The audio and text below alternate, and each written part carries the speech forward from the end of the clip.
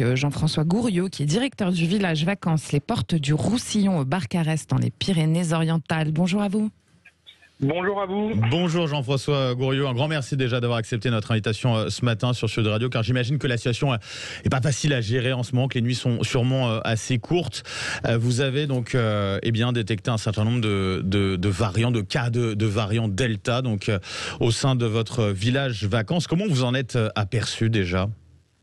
Alors oui, tout à fait. Faut savoir que à la base, on fait une détection régulière. On teste nos équipes régulièrement. Ça fait plusieurs semaines d'affilée où on teste nos équipes. Il n'y avait aucun cas particulier. Il y a quand même 150 salariés. Ce dernier mercredi, on a détecté 4 cas, dont seulement un vraiment malade. Mais le problème, c'est poser des cas contacts. Et là, on a détecté 20 cas contacts, des gens qui ne sont pas contaminés, mais qui sont potentiellement à risque.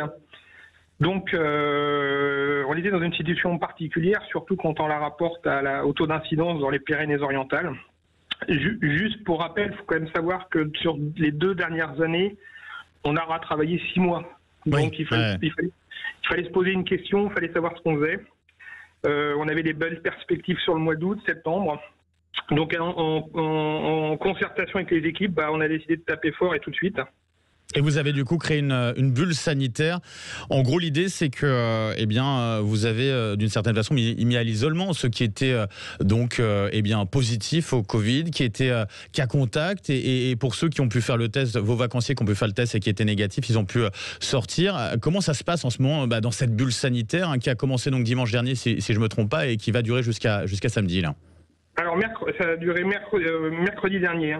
La bulle sanitaire, c'est simple, on s'autoconfine. Il faut savoir que les personnes qui s'autoconfinent, c'est bien sûr les cas Covid, c'est également les cas contacts, mais l'intégralité des salariés qui ont joué le jeu et qui se sont autoconfinés d'eux-mêmes. Le but étant de sauver la saison. Donc, on est dans le village de vacances, personne ne rentre, personne ne sort. On s'occupe de nos équipes, bien sûr. On travaille à renforcer nos protocoles et puis on prépare surtout les arrivées de samedi, notamment avec la mise en place du pass. On va y rajouter des prises de température régulières à différents endroits.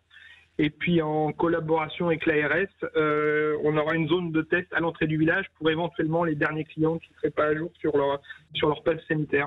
Alors on va y revenir bien sûr sur tous ces dispositifs que vous avez mis en place et qui garantissent d'une certaine façon de limiter bien sûr le risque, c'est important. En ce qui concerne les vacanciers qui ont été testés négatifs, il y en a eu un certain nombre. Quelle solution vous avez trouvé pour eux? Parce que la question elle se pose aussi pour eux. Alors on a testé volontairement quelques vacanciers. Il faut savoir qu'on a 800 personnes sur le village à ce moment-là. Il y a volontairement 50 ou 60 clients qui ont participé à ce test. On n'a pas détecté de cas chez ces clients. En fait, ça se passait.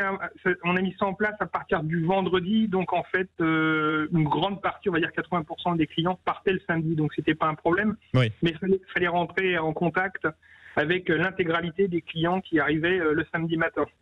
Donc on a monté une cellule de crise avec le siège. On a monté donc cette cellule en appelant tous les clients qui arrivaient, en leur proposant soit un remboursement, soit un relogement sur un autre village de vacances. C'est une solution qui a été trouvée par rapport à nos clients. Samedi prochain, vous attendez du monde. Est-ce que vous avez déjà eu des annulations, des gens qui sont inquiets? Vous avez pu les rassurer il y a quelques instants avec les mesures, les dispositifs que vous nous avez expliqués, que vous allez mettre en place à partir de samedi. Vous avez déjà eu des annulations ou des clients qui vous appellent pour être rassurés? Alors, beaucoup plus des clients qui appellent pour être rassurés. On n'a pas eu d'annulation. Alors, ils veulent savoir forcément si on va être ouvert à partir de samedi. C'est un peu l'enjeu de ces 2 derniers jours. Bien sûr.